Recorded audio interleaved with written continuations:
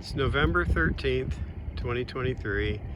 Beautiful day in Trinidad, Colorado.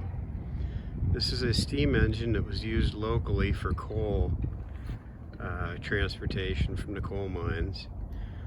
It's pretty nice. It's got a nice tender on it. There's a coach behind it.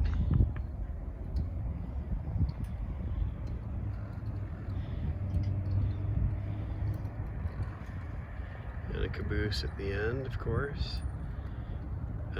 They also have flags of all 50 states. It's kind of interesting.